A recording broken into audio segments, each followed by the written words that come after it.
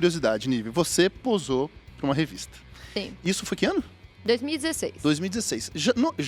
O esporte eletrônico já estava grande o suficiente, porque na época a gente estava assim, puxa vida, né, tinha sempre atriz e tal, e vem a Nive e posa para a revista. Hoje o esporte eletrônico é muito grande. Sim. Como é que hoje repercute nas suas redes sociais o fato... Porque assim, a gente trabalha com um público mais jovem que às vezes não tem maturidade para entender que posou para uma revista e tal. Como é que é isso hoje? Depois... Tem muita gente que não sabe. Eu aposto que vai ter gente que vai estar assistindo agora. Eu acabei de entregar, de dar esse spoiler. Não, mas não tem problema.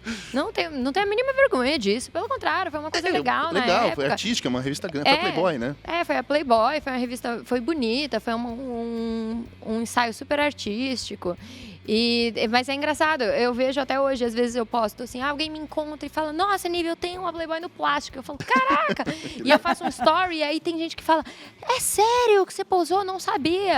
Tem um monte de gente que simplesmente não sabe.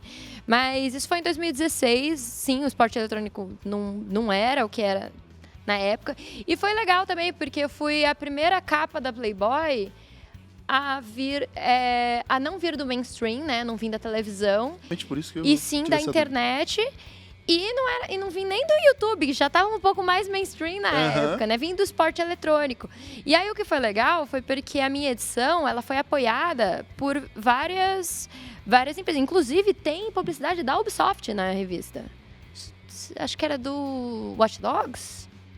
Não lembro. 2016? Foi um ano depois do Rainbow Six. Eu acho que foi. Pode ser do Watch Dogs. E assim, várias empresas de games na época que eu trabalhava, que eu já apresentava campeonato, que eu tinha parceria e tudo.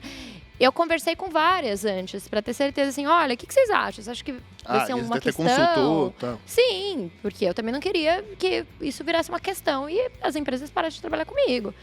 E não, eles falaram, não, super legal, vamos apoiar. E aí foi muito legal, porque várias empresas de game investiram e colocaram publicidade na revista, né? E valeu muito a pena, porque a minha foi a edição do ano. Legal. Foi mó legal. E o Kassai não tem ciúme, tudo bem, tá tranquilo. Não, ele foi, inclusive, na minha festa da Playboy. A gente já era amigo na época, né? Mas ele foi lá na época. A gente faz muitos anos, né? Isso, a gente não tava junto ainda, mas a gente já era amigo. E não, pelo contrário, ele tem a dele autografada.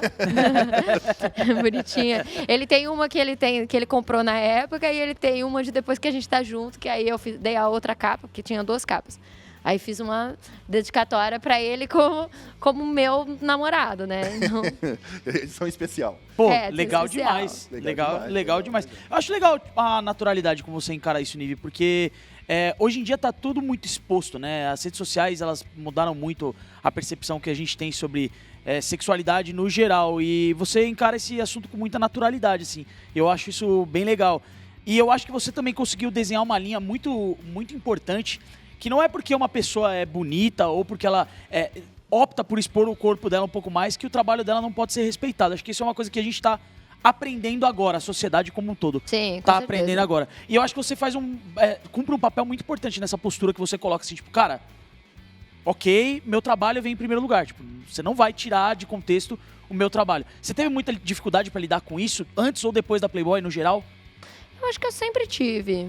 Eu acho que foi o que eu falei. Quando eu entrei nesse universo, eu sentia um pouco esse baque, que pra mim era um pouco mais difícil de entender, assim, primeiro porque eu também trabalhei com teatro, e no teatro as pessoas têm uma cabeça completamente diferente em relação à cor. O teatro é totalmente, nudez também. Em relação à nudez, é outra relação com o corpo humano, assim, não é essa relação tão de tabu, né? Às vezes as pessoas colocam muito essa questão, assim, do corpo humano muito num tabu muito forte, em que tudo vira uma hipersexualização, que às vezes não é, às vezes é só um corpo, né? Então, eu não sei, eu nunca tive essa relação, assim, E aí, quando eu entrei nesse universo, eu passei a ter um pouco mais, assim, de... Tal baque, talvez até pro público ser um pouco mais jovem, às vezes demorar um pouco pra entender. Se bem que agora o público já acho que amadureceu, né?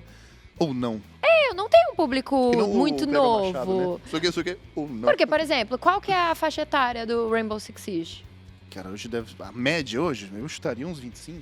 Não, mas, aliás, desculpa, qual que é o mínimo que a pessoa tem que ter de idade pra jogar?